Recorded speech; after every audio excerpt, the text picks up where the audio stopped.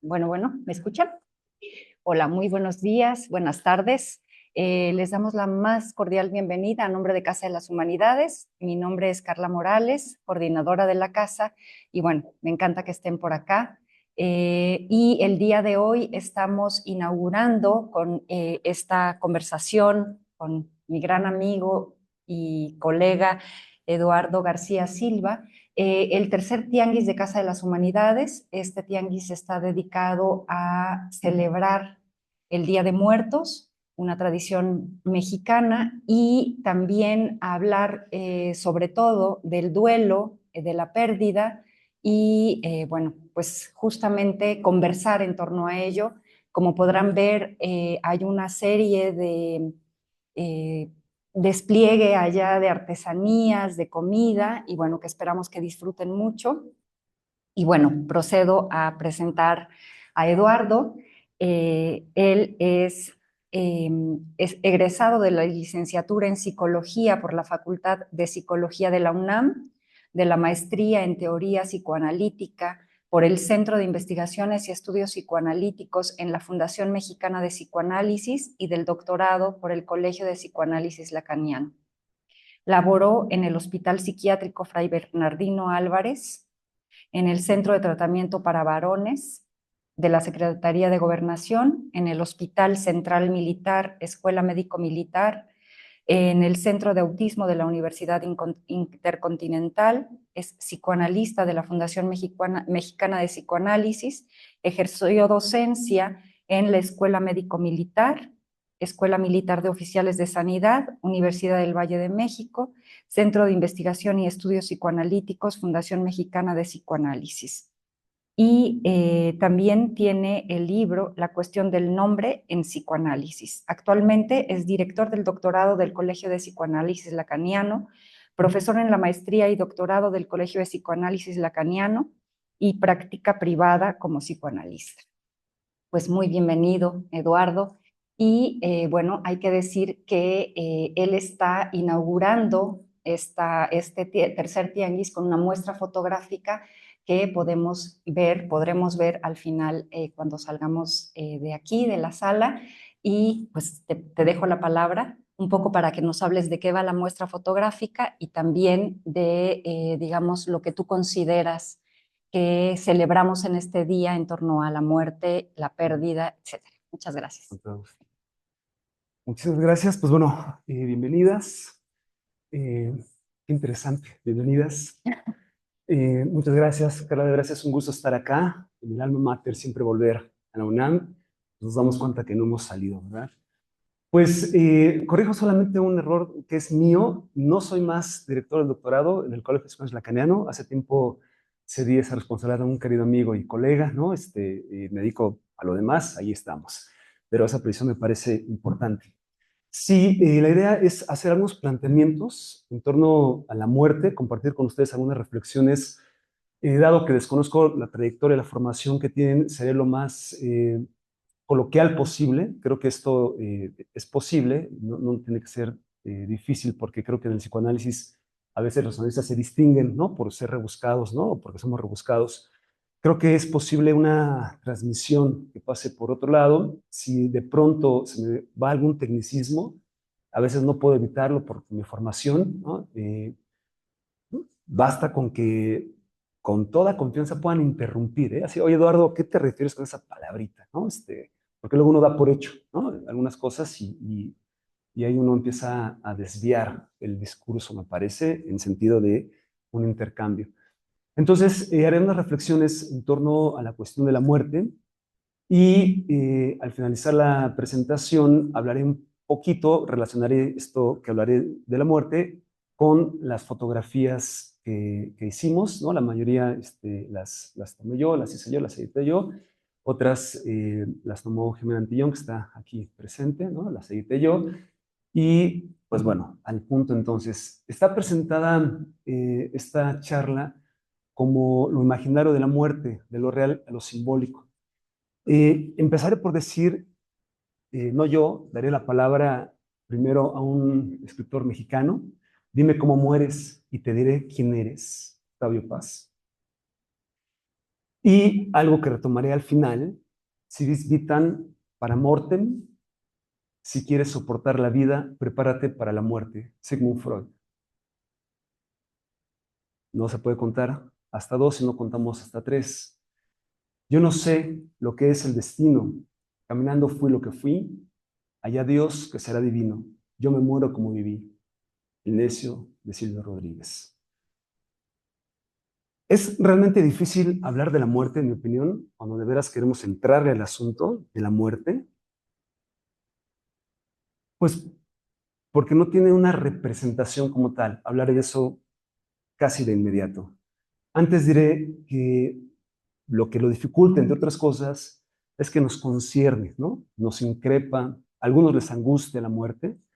Eh, Algunos antropólogos fechan, por decirlo de alguna forma, el inicio de la cultura con las primeras sepulturas, ¿no? La primer pila ahí de piedras o de hojas o de tierra que hacían presente a alguien ya ausente, que es la función principal de una representación, es lo que da cuenta de un simbolismo en la subjetividad, ¿no?, de los seres humanos. Y eso tiene que ver con el lenguaje. El inconsciente no es sin lenguaje también. Freud encuentra el inconsciente en los lapsos. Como digo algo que yo no quiero, ¿no? Yo no quise, entonces ¿quién sí? Porque lo dije yo a través de mi boca, palabra por palabra. Yo no quise, que lo explica. Representar a alguien en ausencia es todo un tema. La muerte tiene que ver con esto en tanto las representaciones que se juegan. Y acabo de decir que no hay representación, entonces voy a aclarar por qué ahora hablo de representaciones en plural, ¿no? Ahí está todo lo imaginario, la iconografía, los ritos, los rituales, los mitos, las leyendas, las historias, los sepulcros, la palabra como una inscripción en la piedra, dando cuenta de que alguien fue, ¿no? Y es para alguien todavía, en tanto que se le dedican unas palabras sobre la piedra, ¿no? O el mármol, lo que ustedes quieran. Y todo esto como justamente un intento de aprender esto imposible de representar de una nada que es la muerte. Ahí hablaremos de otra cosa, ¿ven? No de una representación en el sentido estricto. Por otro lado, si bien nos concierne y a algunos les angustia la muerte, sabernos finitos, somos la única especie, ¿no? Sapiens sapiens, el que sabe. Tenemos de alguna forma la idea de que moriremos en lo consciente. Para Freud, en lo inconsciente no existe la representación de la muerte y habría que agregar propia. Yo no puedo pensar en mi muerte más que imaginándomela. Fíjense, hay dos eventos bien interesantes: el nacimiento, ¿no?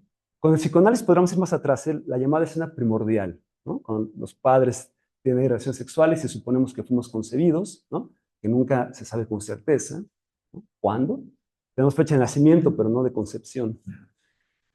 El nacimiento, no sabemos nada más que cómo nos historizan por las historias, valga la redundancia, que nos cuentan, ¿no? Las anécdotas, lo chusco, lo trágico, lo dramático, ¿no? Eso inscribe a alguien para toda la vida a veces, ¿eh? Y pues nuestro velorio, nuestra muerte, como dijo Marilyn Monroe, ¿no? Estoy contenta de no tener que asistir al mío, le chocaban, ¿no? Bueno, no podremos estar en nuestro propio funeral. Fíjense, estas dos escenas, el nacimiento como principio y la muerte como final, no tenemos una representación de esas escenas. Y en el medio, nada más la vida. De ese vacío de representación a otro vacío de representación, la vida toda. Eso es muy interesante, pero bueno, para Freud no existe, diré más adelante por qué, en lo inconsciente, una representación de la muerte. Por otro lado, hay personas a quienes la muerte les puede parecer bella, seductora, deseable. El suicida, por ejemplo, hay suicidas que erotizan la muerte, ¿no? Hay quienes la viven dramáticamente, hay quienes la viven como indiferentemente, en apariencia. No creo que sea tan diferente porque toman esa decisión. El asesino, el sádico, que puede también, ¿no? Pensar o vivir la muerte desde otro lugar. Es otro tipo de erotización, ¿no? La agresividad, el sadismo. Hay algo erótico ahí también, ¿no? Lo sabemos por las perversiones, por ejemplo, o las llamadas perversiones. Y casos, bueno, además en este México ensangrentado, ¿no? Hay miles de imágenes, desgraciadamente. Entonces, puede ser bella, puede ser seductora, puede ser deseable, ¿no? Para algunos. Hay un texto de Freud que se llama Los motivos de la elección del cofre. No voy a ahondar en eso porque no quiero meterme mucho en estas cuestiones. Solamente diré, les pido ahí como un acto de fe. Después se podrá discutir si ustedes quieren, ¿no? O podrán ir al texto si no lo conocen. Pero Freud señala la relación que hay entre la belleza y la muerte. Nada más que con Shakespeare, el Rey Lear particularmente. Estas tres hijas, la más pálida, la más hermosa, la más joven, es la que representa en el inconsciente para Freud la muerte, y es a la que el rey elige. Freud lo lee como la interpretación de los sueños. Ahí hay una ganancia. No soy yo el que estoy en manos de la muerte que puede acaecer en cualquier momento. O sea, en el siguiente segundo puedo tener 20 años y ser deportista y caerme ahí muerto por un infarto mientras juego fútbol, por ejemplo, ¿no? No tenemos ninguna garantía. Es algo que no elegimos en realidad. En esta creación literaria shakespeariana, pues esa es la ganancia, que entonces el rey, hombre viejo, elige la muerte en la figura de la juventud y la belleza. Por lo demás, ese es todo un fenómeno muy interesante, punto y aparte solamente lo señalo, ¿no? La inclinación de muchos viejos, agregaría coloquialmente rabo verdes, ¿no? Que les encantan las jovencitas, ¿no? Desde el que pueda hacer poemas sobre eso hasta el más vulgar, ¿no? Y acosador. Pero es una figura que, como ustedes saben, circula, ¿eh? Es todo un tema también que podemos pensar desde el psicoanálisis. Entonces, bueno, ya para Freud, la muerte tiene una representación muy cercana a la belleza, como una forma de poner distancia a lo terrible que implica la muerte, como si fuera un paliativo, ¿no? Ahora bien, plantearé la pregunta que está en la invitación, en el texto que hace de invitación a la exposición fotográfica. ¿Qué relación tiene esto de la muerte con lo femenino? Y ese es todo un tema también a debate, ¿eh? Polémico. Yo señalo solamente ahora, por cuestiones de tiempo, ¿no? Y del tema que estamos trabajando, la relación que plantea Freud. Lacan la retomará también, pero bueno, para Freud, algo de lo femenino se juega, o mejor dicho, en la muerte siempre algo del orden de lo femenino. Para Freud hay 3 o 4 puntos donde no es posible simbolizar, representar nada. Primero, dice Freud, lo que él llama el ombligo del sueño.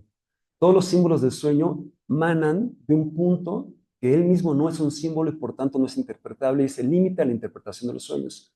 Freud lo llama ombligo del sueño. Después está la feminidad. Freud dice, no existe en lo inconsciente una representación que dé cuenta del genital femenino, ¿no? O de la mujer. Eso es algo que se podrá discutir. Después está el fin de análisis. El fin de análisis como un corte, como algo que concluye un proceso donde se llega también a un límite en la representabilidad, en las asociaciones, en las interpretaciones, etcétera, ¿no? Entonces, bueno, a esto irrepresentable Lacan le llamará lo real, lo fuera de símbolo, que no hay que confundir con la realidad. Bueno, la muerte, por lo demás, siempre es en femenino, excepto para los alemanes, der Tod, ¿no? Que es en masculino, es muy interesante. Quizá tenga que ver propiamente con el alemán, ¿no? La luna, der Mond, también es masculino, ¿no? Falda es en masculino también, der Rock, ¿no? En fin, ¿no?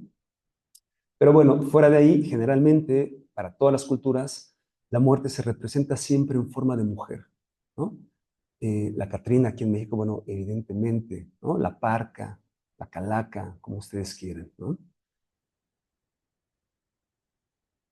Hay que pensar también, lo digo como voy a intervenir ahí con otro tema, pero solamente me interesa señalarlo, la actitud a la muerte y la representación que tenemos, ¿no? De la muerte actualmente no es la misma, obviamente, que la que tenían los mexicas y los pueblos originarios en general, ¿no? Para los mexicas, la muerte es necesaria para la vida. No se puede concebir la vida sin la muerte. Muerte y vida, como un par, sostienen la existencia toda. Por eso cada 52 años, según sus calendarios, cuando se agotan las posibilidades combinatorias, ¿no? Hay que quemar el tiempo, ¿no? En este siglo azteca, en este siglo mexica de 52 años, hay que quemar el tiempo, es decir, hay que matar al tiempo para que no muera del todo, como dice mi queridísimo amigo, el doctor Patrick Johansson, ¿no? Imaginen un cuerpo que no muere, enfermo, desgastado, doliente, putrefacto, y no se acaba de morir. Entonces pensar una muerte que como acto haga un corte que permita la renovación de algo es muy importante para los mexicas. Por eso no pueden entender que los españoles les digan que es el castigo por un pecado original, la muerte. ¿Cómo va a ser un castigo si es parte de la vida? Entonces, para nada es lo mismo y, en mi opinión, en México estamos cruzados, evidentemente, por ambas culturas. No somos, por supuesto, ni españoles, ¿no? Ni tampoco somos ya mexicas, ¿no?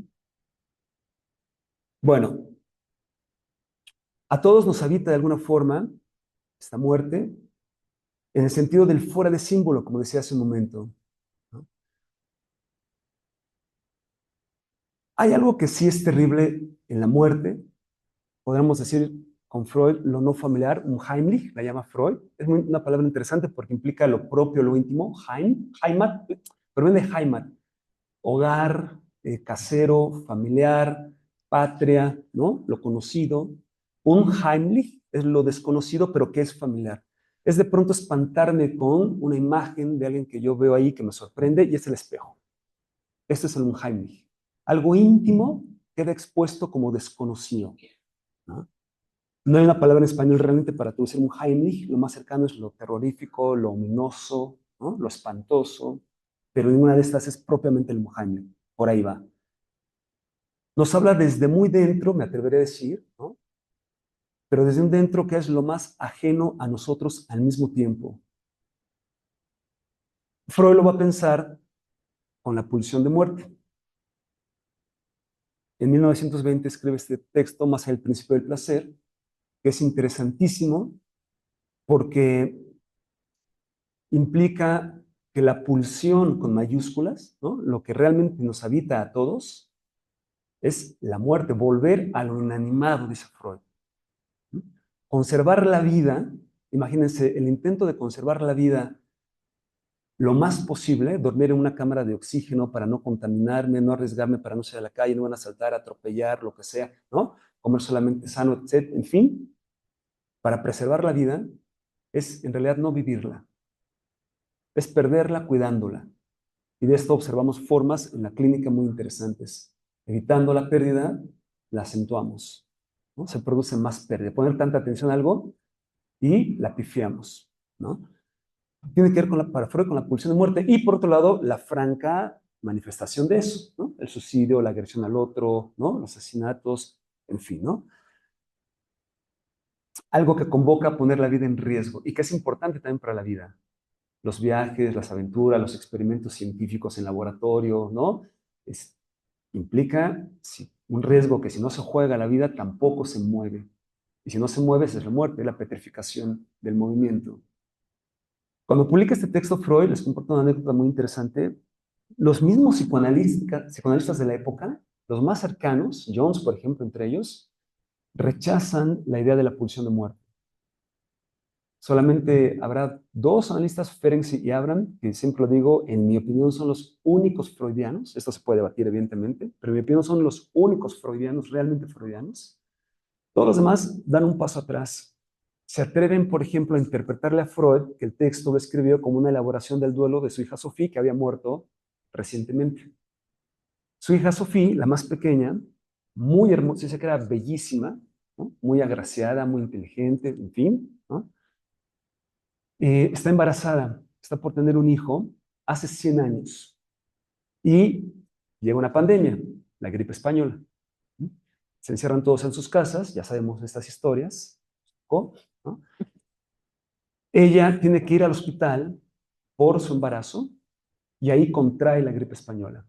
Se muere en 4 días. No puede ni siquiera ir a despedirla. No hay trenes ni para casos de emergencia. Están en Viena y ella vive en Hamburgo con su esposo, Elberstadt. Y esto efectivamente es fortísimo para Freud, ¿no? Lo voy a citar en una carta que escribe Freud, ¿no? Acerca de esto. Esta tarde nos dieron la noticia de que de que la neumonía por el virus de la influenza nos arrebató a nuestra dulce Sofía en Hamburgo.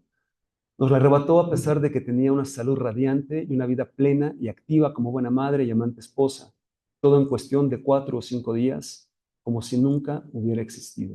Esto se lo escribe un carísimo amigo, Oscar Pfister, un pastor que era psicoanalista, un caso muy interesante. Y lo señalo por lo siguiente, hasta ese momento Freud creía que en el duelo, la elaboración del duelo, implicaba que podemos recuperar, diría Freud, libido, el interés, ¿no? Por un objeto perdido, ¿no? Poniéndolo nuevamente sobre el yo, convirtiéndolo en narcisista otra vez, para que una vez que esto acontece, volver a un nuevo objeto hacia afuera. Se explica de qué manera que si estamos en un duelo fuerte, nos pueden invitar a la mejor comida, a ver la mejor película, poner enfrente al super o la supermodelo más guau, ¿no? No nos va a interesar. No hay libido, diría Freud, disponible para investir nuevos objetos. No quiero ir al cine, no quiero leer, no quiero comer, no quiero bañarme, no quiero salir, no quiero hablar con mis amigos. Solo hay dolor, ¿no? Freud supone que se recupera ese libido, introyectando, incorporando, identificándose. Esas tres cosas son diferentes, pero todo eso al objeto perdido. Bueno, esta noción de Freud, ¿no? La va a rectificar a partir de este evento personal. Fíjense lo que dice Freud en una carta a otro colega, amigo suyo, Miss Banger. Bueno, antes le escribe a su yerno, a su yerno, Yerno. ¿no?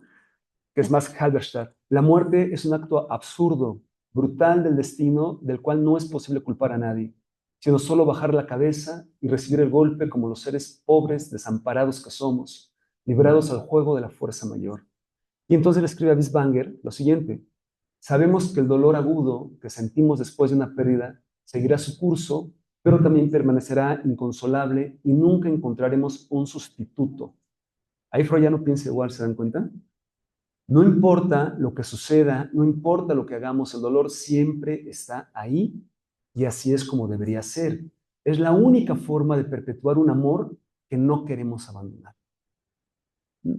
Freud me parece poeta, en muchos momentos. ¿Han ustedes olvidado a sus muertos? A los seres queridos, ¿eh? No los olvidamos. Y siempre en algún punto, en alguna plática, ¿no? Aparece el afecto otra vez. El inconsciente es atemporal. Puede aparecer un afecto que yo creía que ya, como si ese actualmente lo había superado. Yo nunca entiendo esa palabra de superar algo, ¿no? Esta cuestión terrible de la muerte, fíjense, asociada a la cuestión de la belleza, nos plantea una pregunta: ¿qué relación hay entre lo terrible y la belleza? Y eso es interesante porque, miren, cuando vemos un paisaje hermoso, estamos al pie de una catarata, por ejemplo, al pie del cañón, ¿no? Del sumidero, o en el Colorado, ¿no? En el mar. Estas escenas de una naturaleza con su enormidad, donde estamos al lado de ella así, empequeñecidos. El mar nos puede tragar, la cascada nos puede tragar. ¿Sí? Podemos caer por ese desfiladero.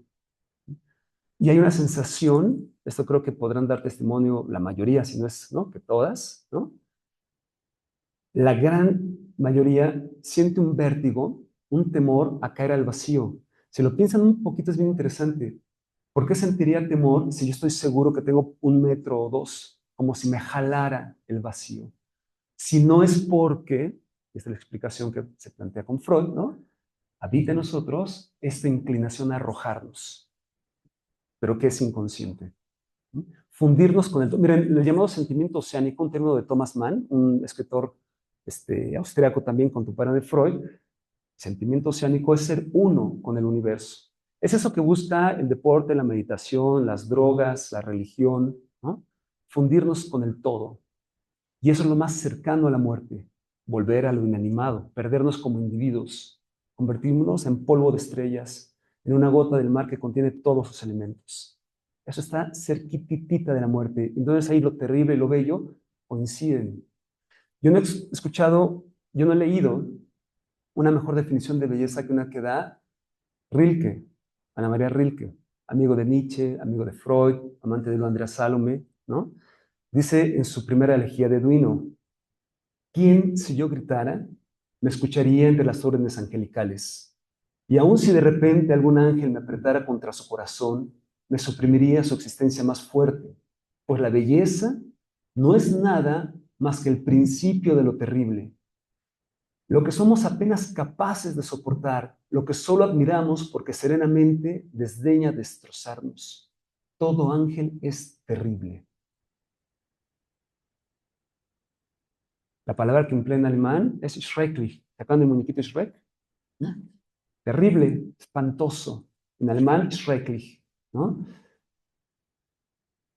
Das Schöne ist nicht, als schrecklich ist einfach, dice en alemán, ¿no? La belleza no es más que el principio, no es lo terrible, es el principio de lo terrible. Eso es lo bello. Caminas un poquito más y ya estás en lo terrible. Por eso seducen estos deportes, ¿no? Los deportes extremos, las aventuras donde se juega uno la vida, el cuerpo, y en el sentido metafórico. Es donde se pone en riesgo algo vital para alguien, ¿no? Ahí la pulsión de muerte, ¿ven? Y es, en mi opinión, pues una definición excelente esta que da Rilke. La muerte, pues, la terrible muerte, en México es bella. Le bailamos, la agasajamos, nos la comemos, es dulce, sabrosa. Y si lo hacemos no solamente por ella, sino por los muertos, nuestros queridos llamados muertos. Acá en México, única cultura en el mundo con estas prácticas ante la muerte, los muertos vuelven cada año. Esto proviene, otra vez, de los prehispánicos. En las culturas originarias, en realidad, los muertos volvían los primeros 4 años. Una vez que morían, eran solo 4 años. El 4 es una cifra importante para los mexicas, ¿no? Para pedir a la pareja, a la esposa, ¿no? El pretendiente la pedía 4 veces y lo rechazaban, o sea, lo rechazaban 3. En la cuarta accedían, ¿no? Cuando enteran a Moctezuma, ¿no? Después de que lo apedrean según los españoles, ¿no? Yo creo que lo apuñala Cortés o sus soldados, lo llevan a su casa para el velorio, bueno, para la ceremonia, ¿no? No es un velorio propiamente, y rechazan el cuerpo de Moctezuma en 3 ocasiones. En la cuarta lo dejan entrar. En fin, ¿no? Hay muchos datos sobre esto. Cuando muere una mujer en el parto, ¿no? También hay rituales en ese sentido. Bueno, volvían los primeros 4 años, era el tiempo de elaboración para el difunto, para que entonces pudiera, ahora sí, ir a dictar al Mictlán, ¿no? Al lugar correspondiente en el que debería estar en el Mictlán, ¿no? Pero es lo interesante, a partir de ahí, actualmente vuelven todos los años, no son 4. Mientras vivimos, quienes acostumbremos estas prácticas, los altares, los zompantli, también de procedencia prehispánica, pues celebramos cada año. Suponemos, por cultura, algunos lo creen realmente, firmemente, ¿no? Otros nos sumamos a una cuestión simbólica, cultural, ¿no? Donde suponemos que nos visitan cada año. Hay un retorno que no cesa de los muertos para con los vivos, como un encuentro, ¿no? Un cruce entre la vida y la muerte, donde convivimos con los muertos y nos recuerdan que no somos más que muertos vivientes, vamos caminando inexorablemente a la muerte, es la única certeza que tenemos. Ahora bien, retratar la muerte, ¿no? ¿Qué es eso? Como si la muerte se pudiera retratar.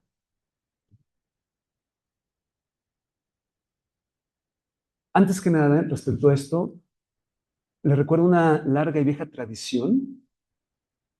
Se retrataba antes a los muertos en sus casas, se les sentaba o acomodaba, ¿recuerdan? Con la familia, en forma que acompañaba a esta familia como si aún estuviera vivo. Era importante tener una última imagen del querido difunto, el memento mori, ¿no? En latín, recuerda que vas a morir.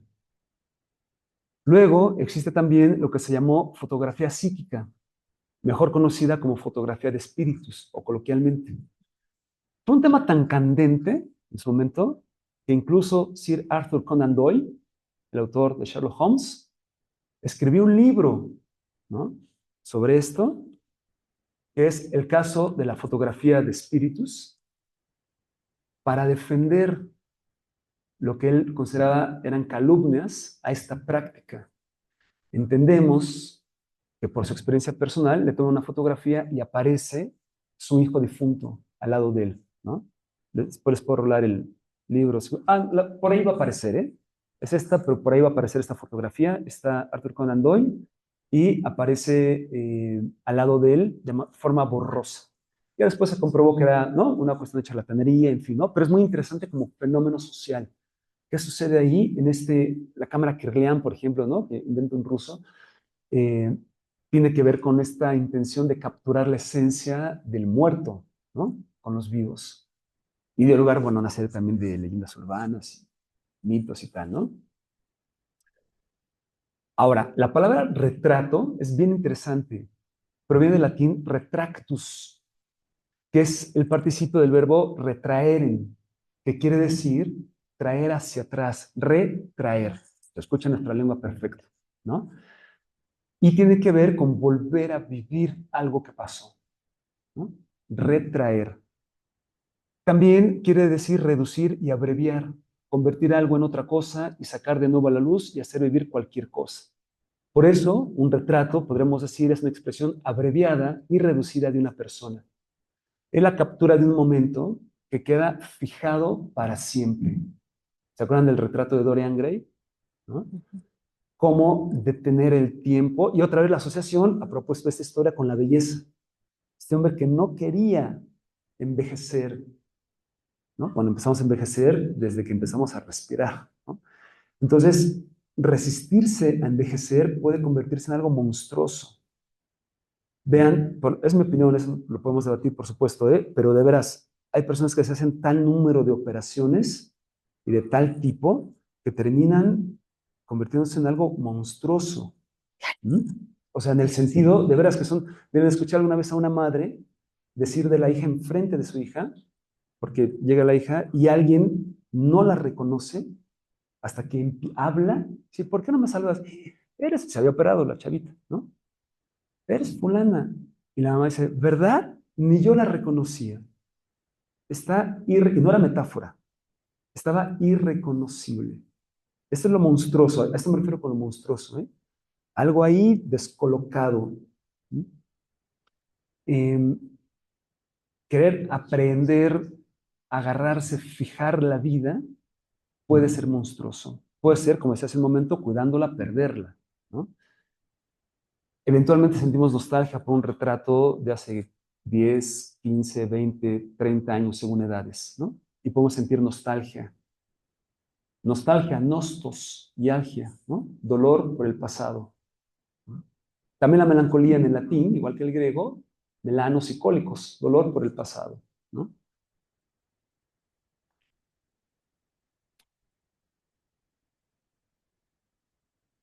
Un retrato es, pues, una imagen que nos lleva hacia atrás al presentarnos un pasado como presente, pero al mismo tiempo tiene el efecto de traer el pasado desde atrás hasta la actualidad, lo actualiza y con ello se movilizan y actualizan afectos que en realidad nunca desaparecieron, como dije hace un momento. Por otro lado, la muerte tiene un aspecto también muy tranquilizador.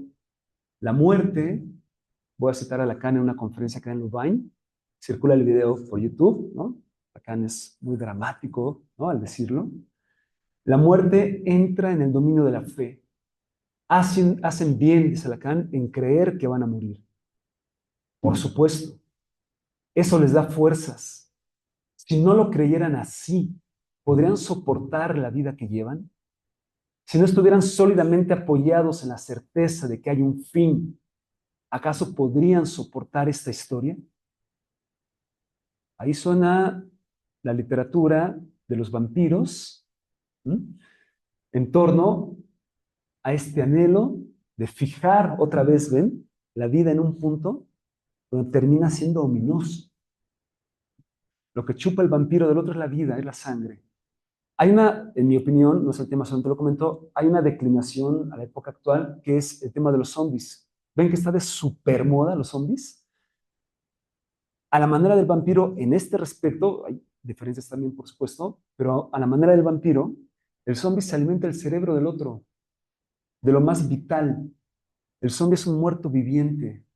Y esto es lo que está produciendo, parece, toda la tecnología, ¿no? Las personas aisladas de la vida, ¿no? tan metidas en lo virtual que algunos terminan perdiendo la vida por la selfie, porque los atropelló el tren, porque iban pasando viendo su teléfono, porque chocaron mientras, ¿no? O sea, no es ninguna metáfora. Se entiende que se re- reaparezca el tema de los zombies, porque tampoco es nuevo, ¿no? Tiene ya sus años, pero aparece nuevamente. Y para ir terminando, porque supongo, no sé, que estamos en tiempo, o para pasar a una pequeña discusión, hablar algo sobre las fotografías y a sus preguntas y participaciones, por supuesto. Gracias a esto, acabo de hacer una cita de Lacan, podemos arriesgar la vida. Estar dispuestos a perderla con un impulso mayor nos conduce a una empresa digna de lo más vital, de algo que precisamente le puede dar sentido a la vida, porque la vida no tiene sentido como algunos creen. Cuando llegan analizantes al consultorio, por ejemplo, y dan como motivo de consulta que la vida perdió sentido, casi que uno podría sonreír, ¿no? Amablemente decir, ¿cómo te explico que no tiene un sentido la vida, ¿no? Creías que tenía uno. Pero el sentido que tiene la vida lo mamamos de la cultura, de la religión, de nuestros padres, de la familia, del contexto, de los vecinos, del lenguaje, de la época, de la moda, del discurso, del lenguaje que circula, ¿no? Eso nos dice qué es la vida, y para alguien la vida será ser una estrella de rock, para otros será ser youtuber, ¿no? Para otros será ser un gran filósofo, qué sé yo, pero encontrar realmente cuál es el deseo que nos habita en nuestra singularidad, aunque eso se oponga al statu quo, eso es otra cosa. Esto es muy claro en los artistas. Un artista se arriesga en esos términos. No hay, fíjense, no hay arte que no haga un quiebre, un corte, un rompimiento con las escuelas previas. Cuando empezó el surrealismo, el puntillismo, el impresionismo, recuerden lo que decían los críticos, ¿no? O sea, por ejemplo, el impresionismo, Manet, Monet, ¿no? O sea, ¿cómo de veras pintar una sombra morada? ¿Qué le pasa a estos locos? Las sombras no son moradas. Acérquense a un cuadro, ¿no? De los impresionistas. Son pequeños trazos al óleo que solamente a la distancia nos presentan pues, la escena, la figura, la imagen, ¿no? Y fueron súper criticados. Pero también fueron los cubistas, ¿no? También, o sea, por eso digo que toda escuela de arte se constituyó haciendo un rompimiento, un quiebre con el statu quo, donde alguien encontró su estilo. Esto es singular, ¿no? Encontró solamente su estilo. Bueno, la vida cosa tiene un corte, que es eso, que es la muerte, ¿no? Bueno, entonces la vida no tiene un sentido, pero eso también puede ser maravilloso porque encontrar en un análisis que mi vida no tiene el sentido que yo le suponía, que en realidad es un sentido que venía de otro lugar, del otro, ¿no? Que está dedicado al otro, a los padres, a la sociedad, a lo que sea, permite, no sin un pasaje de angustia, cuando veo que no tiene sentido, permite que entonces yo se lo dé. Y no será cualquiera si estoy advertido de cuál es el deseo que me habita. Aunque el vecino diga, no, eso no. Sí, eso puede ser el vecino, ¿no? Que se ocupe de su vida, yo me ocupo de la mía. Esto que aparece en el frontispicio del templo de Delfos, hombre, conócete a ti mismo, en el griego antiguo, el verbo conócete también se puede traducir como ocúpate. Hombre, ocúpate de ti mismo. Hacia allá apúntate en un análisis. Dejo de fijarme en la vida del otro, qué hizo, por qué, con quién anda, híjole, qué mal habló. Para ocuparme de lo mío. ¿Qué es lo que yo quiero? ¿Cómo es posible el encuentro con el otro en la diferencia? No en lo homogéneo de la igualdad, comentada por el discurso capitalista o en boga, ¿no? Esto se llama deseo, pues, y sin deseo la vida es una vida decrépita, nada pulsa en ella. Crepitar, ¿m? Decrépito, sin pulso. No hay movimiento, sino de tensión dolorosa y petrificación, como lo muestra la arquitectura barroca. En ese sentido, y con esto concluyo, Freud nos dice, navigare necesse est, vivere non necesse. Navegar, viejo adagio que adapta Freud, ¿no? A propósito de los marineros, ¿no? Navegar es necesario, vivir no lo es. Podemos dejar acá para hablar, si ustedes, o les digo muy rápido, la mayoría de las fotografías que están viendo, bueno, fueron hechas con modelos en la calle, ¿no? Están preparadas en ese sentido, pero por ahí circularon otras, por ejemplo esta, que son de fotografía callejera, ¿no? Entonces la gente, todas están hechas aquí en Coyoacán, algunas excepción por ahí, ¿no? Que en estas fechas justo se come a la muerte, se viste de muerte, ¿no? Juega con la muerte, ¿no? Es importante poder jugar con la muerte, es decir, darle vida a eso, dado que nos da vida. Y, eh, y como les decía, ustedes saben, en México, pues bueno, nos distinguimos mucho por esto, ¿no? Esa también es de fotografía callejera, por ejemplo, ¿no? Las que están hechas o que están preparadas, digamos, esa también es fotografía callejera, ¿no? Pues es así, la preparamos, ¿no? Esa fotografía la realizamos, ya tiene un flash, ya tiene un poquito de más elaboración, pero se trata siempre, pues, de jugar con esto, ¿no? Jugar con las imágenes. La propuesta, la idea es que la imagen, entonces, permita simbolizar algo, poner en juego, hacer metáfora, dar movimiento, ¿no? A algo que no lo tiene, a lo real, ¿no? No quedarnos en lo imaginario, en la imagen nada más, porque eso no es garantía de nada, ¿no? Algo imaginario o algo ilusorio no garantiza absolutamente nada, ¿no? Lacan dice en su seminario 2 que soñar es imaginar el símbolo y que la interpretación del sueño es simbolizar la imagen, o sea, leerla, dar lugar a la palabra que sugiere la imagen. Toda fotografía, fotos, luces, grafía, grafos, letra, escritura, ¿m? Toda fotografía habla, dice, pero hay que leerla, ¿no? Vivimos en una época donde circulan todos con un celular, ¿no? Antes no pasaba esto. Todo el mundo trae una cámara en su bolsa, todo el mundo. Y circulan cantidad de imágenes. Desgraciadamente estamos ante una nueva forma de analfabetismo, ¿no? Se dice así, no es una rara opción, ¿eh? Analfabetismo, es una rarísimo. Es esta, me parece, que no se leen las fotos. Circulan, circulan, circulan, ya son vacuas, no dicen mucho, no proponen, no inventan, no critican, reproducen como en serie. Ese discurso capitalista, ¿ven? Es el pequeño Charlotte en la fábrica, ¿no? La película de Chaplin, reproduciendo en serie, en serie, en serie, en serie, en serie, en serie. Las mismas fotos, los mismos ángulos, los mismos pies de foto, ¿no? Yo aquí no sé qué, yo aquí como que, qué sé yo, ¿no? Cuando más imágenes tenemos, menos sabemos leerlas, ¿no? Y hay una vacuidad impresionante ahí. Entonces habría que, en mi opinión, poder leer, ¿no? Poder jugar con la fotografía. A mí particularmente me interesa mucho la fotografía, el retrato, porque hay fotografía de paisaje, hay fotografía comercial, hay fotografía, ¿no? Un montón de cosas. Porque, y a lo mejor por mi formación, pues me interesa lo humano, ¿no? Las personas, el contacto. Generalmente hablo con las personas antes de hacer un retrato, les pido permiso, pero platico un poquito, ¿no? Un retrato hecho así, como así nada más, tiene que tener algo especial, ¿no? Para hacer un retrato robado, digamos, ¿no? Pero si no, me parece importante hablar mínimamente con las personas, porque en el retrato surge algo más allá de la imagen precisamente, ¿no? Muchas gracias. Podemos pasar entonces a la discusión o a lo que esté preparado, ¿no? Gracias. Bueno, pues más bien dejarles a ustedes la palabra para que puedan preguntarle. Creo que ha sido una plática sumamente interesante. Yo tendría varias preguntas, pero bueno, quiero darles más bien la palabra a ustedes. Tenemos a Jimena, que es psicoanalista, ¿no? Pero también tenemos a Alejandra, que está por aquí visitándonos. Entonces, pues no sé si tienen alguna pregunta, quisieran conversar con Eduardo, sobre todo también desde su postura de fotógrafo ahora, ¿no? O Tenemos, críticas, por o supuesto, críticas, ¿no? claro. Y si no, pues un chisme, por lo menos, ¿no? Exacto, Un cafecito. muchísimo.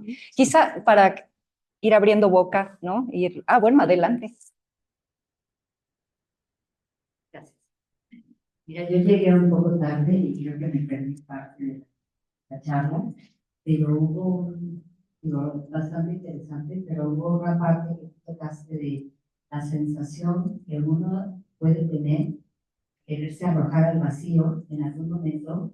Yo lo he sentido Así es. y me he apanicado. Claro. Bueno, quiero ir más rápido de lo que me toca. ¿Qué pasa? ¿No?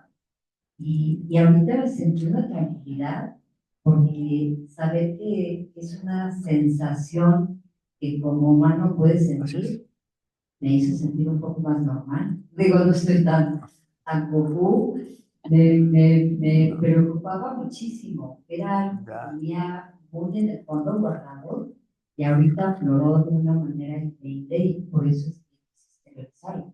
Sí, a lo mejor alguien puede decir que que extrañan, que lo quiere exteriorizar, pero sentí esa necesidad de decir, uff, qué alivio, porque si el que como ser humano puedas sentir esa necesidad de arrojarte al vacío, claro. Me hizo sentir con tranquilidad.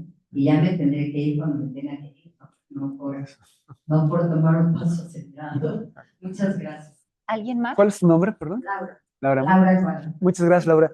Mira, es bien importante porque generalmente en los análisis escuchamos esto de yo creí que era el único que le pasaba esto. Entonces es algo sí que se comparte, pero desde la singularidad, porque al mismo tiempo no es lo mismo, ¿no? Ahora sí que más bien es lo mismo, pero no es igual, como lo vivimos. Pero ciertamente, yo sí creo que a todos nos habita como que, digamos, este impulso, ¿no? Esto que nos jala hacia la muerte, pero como decía también al inicio, eso es lo que permite la vida, ¿no? Según cómo nos posicionemos ante ello, ¿no? Pero eso miren, nunca nos sentimos más vivos, por ejemplo. Espero que no hayan tenido la experiencia. Yo cuento por lo menos 2 o 3. No sé si afortunado o desgraciadamente, en verdad no lo sé.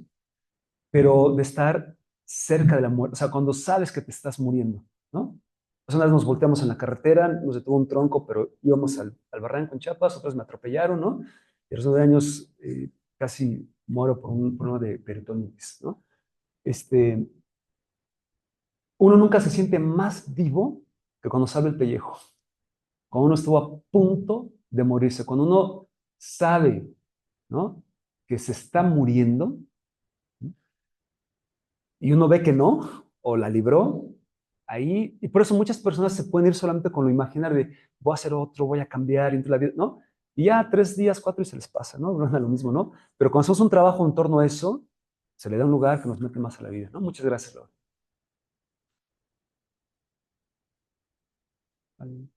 ¿Alguien más?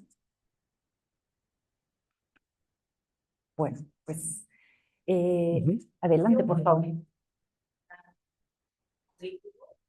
La verdad es que qué interesante que un psicoanalista se diversifica ahora en la fotografía. Yo me dedico al medio médico y en el Hospital Central Militar.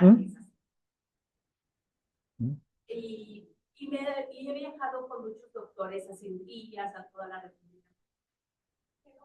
Y uno se da cuenta que los profesionales, así como el artista o el doctor, no solo es que se diversifican, o sea, como ahora que vemos con los especialistas, no sé, se dedican o tienen una preferencia por la historia de México o por el modelismo, o sea, como que no se quedan ahí. Entonces, pues muchas veces están padrísimas.